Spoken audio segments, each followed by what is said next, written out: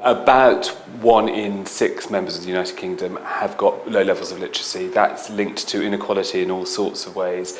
They're more likely to be poor, they're more likely to suffer poor outcomes in terms of health and housing. Our job is to tackle that inequality using literacy as a tool. My background is I'm a librarian, and I had an experience when I was quite early in my career, which led me to understand how strong literacy is related to inequality.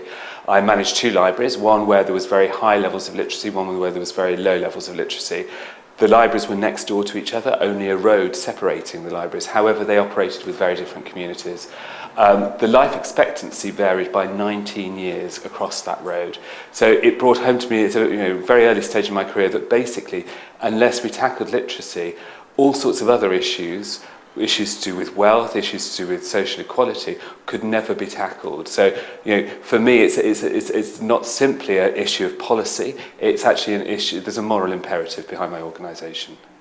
The National Literacy Trust until 2010 was core funded by government, and over 60% of our funding came each year from a single government grant.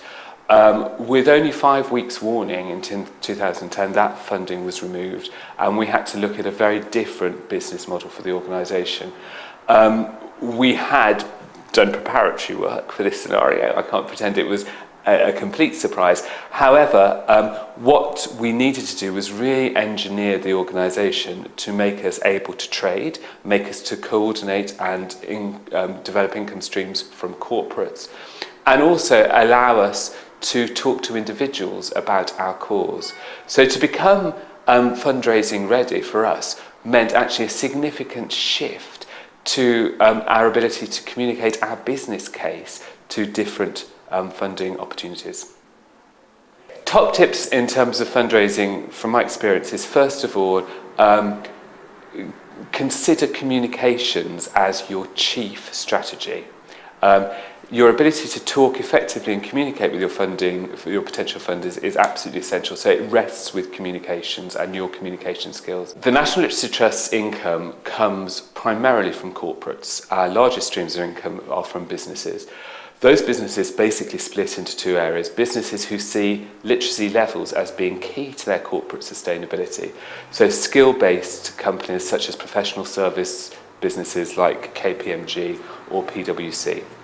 Our other group of fundraising corporates are corporates who have a strong relationship with our target audience. So people like Iceland supermarkets, brands which work with the poorer communities and sell to C2DE audiences within the United Kingdom. So we balance 2 groups there. Now that's very important for us in terms of our communication strategy, because our communication strategy is about those 2 things. It's about how, first of all, we can communicate that literacy is at the heart of corporate and business sustainability within the United Kingdom. But actually our communication strategy is also a behaviour change communication strategy. And we want to talk directly to communities, particularly families, where there is low levels of literacy, so we can actually shift their behaviours, their attitudes, and actually raise their aspirations as well. So actually the interesting thing is that the 2 strong corporate fundraising bases we have actually do coincide, not accidentally, with our communication strategy. I think the second top tip is enjoy it. If you don't enjoy selling, if you're not actually up for communicating the power of what you're doing, it's going to be a challenge, it's going to be a chore. But if you do believe in what you're doing, if you do have the energy and the excitement about communicating the effectiveness and the way in which you are changing lives as a charity, then actually fundraising can be a fabulous experience, because you're conveying the messages and the enthusiasm which you hold.